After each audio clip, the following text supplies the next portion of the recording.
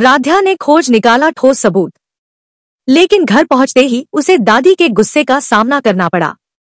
Police station में बड़े अधिकारी की फटकार और सलाखों के पीछे घायल पति को देखकर राध्या भावुक हो उठी। क्या इस सबूत से प्रथम को आजादी मिलेगी या दादी का गुस्सा फिर से कोई नया तूफान खड़ा करेगा? राध्या की गाड़ी तेजी से प्रथम के घर के सामने आकर रुकी। उसके दिल में एक अजीब सी बेचैनी थी, लेकिन चेहरे पर दृढ़ विश्वास की चमक थी। उसके हाथ में वह ठोस सबूत था जो प्रथम को बेकसूर साबित कर सकता था और जेल से बाहर निकाल सकता था। वह तेजी से चौखट की ओर बढ़ी, लेकिन जैसे ही उसने घर के भीतर कदम रखने की कोशिश की, एक कर्कश आवाज ने उसे रोक दिया। यह आवाज दादी की थी। उनके माथे पर गहरी शिकने और आंखों में राध्या के लिए गुस्से की आग जल रही थी। तुम्हारी हिम्मत कैसे हुई इस चौखट पर कदम रखने की? दादी ने दहाड़ते हुए कहा। उनके शब्दों में नाराजगी और अपमान साफ झलक रहा था। राध्या ठिठक गई, लेकिन इस बार उसके पास पीछे हटने का कोई कारण नहीं था। उसने शांत और आत्मविश्वास से कहा, दादी जी, मुझे पता है आप मुझसे नाराज हैं, पर अभी इन बातों का समय नहीं है। हमारे पास एक ठोस सबूत है जो प्रथम जी को निर्दोष साबित कर सकता है। कृपया आप सब हमारे साथ पुलिस स्टेशन चलिए। राध्या की बात सुनकर सब एक दूसरे को देखने लगे। प्रथम के पिता, जो अब तक चिंता और निराशा में डूबे थे, उनकी आंखों में नई उम्मीद की चमक आ गई।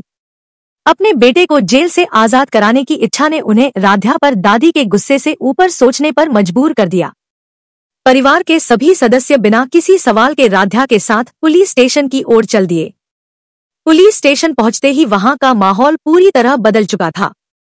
एक उच्च अधिकारी उस दरोगा पर कड़ी फटकार लगा रहा था जिसने प्रथम को बिना ठोस सबूत के गिरफ्तार किया था। किस आधार पर आपने यह कार्रवाई की? क्या आपने प्रक्रिया का पालन किया? अधिकारी की आवाज में गुस्सा साफ झलक रहा था। दरोगा सिर झुकाए खड़ा था। उसके चेहरे पर डर और शर्म के भाव थे। राध्या का ध्यान अचानक लॉकअप की ओर गया। वह तुरंत उधर बढ़ी। सलाखों के पीछे प्रथम जमीन पर बैठा था। उसका हाल बहुत खराब था। चेहरे पर चोट के निशान और खून के धब्बे साफ दिख रहे थे। शायद हिरासत में उसके साथ बदसलूकी हुई थी। यह दृश्य देखकर राध्या का दिल टूट गया।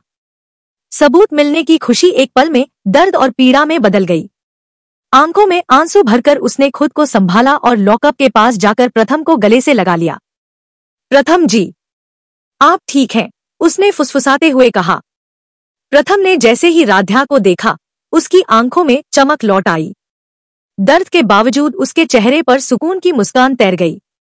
पीछे खड़े परिवार वालों की आंखों में भी खुशी के आंसू थे, लेकिन एक चेहरा अब भी भावहीन था, दादी का।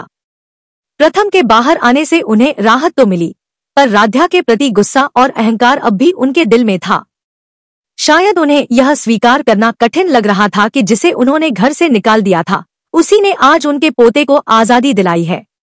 अब सबकी नजरें इस बात पर थी कि प्रथम की चोटों का इलाज कैसे होगा और आगे क्या कानूनी कार्रवाई की जाएगी। अगर आपके दिल में भी कभी किसी ने गलतफहमी की दीवार खड़ी की है, तो राध्या की ये कहानी आपको जरूर छू जाएगी। क्या दादी अपने अहंकार को छोड़कर सच्चाई स्वीकार करेंगी? जानने के लिए अगला एपिसोड जरूर देखें। और अगर राध्या की हिम्मत ने आपको भी प्रेरित किया हो, तो वीडियो को लाइक करें, कमेंट करें और सब्सक्राइब करना न भूलें।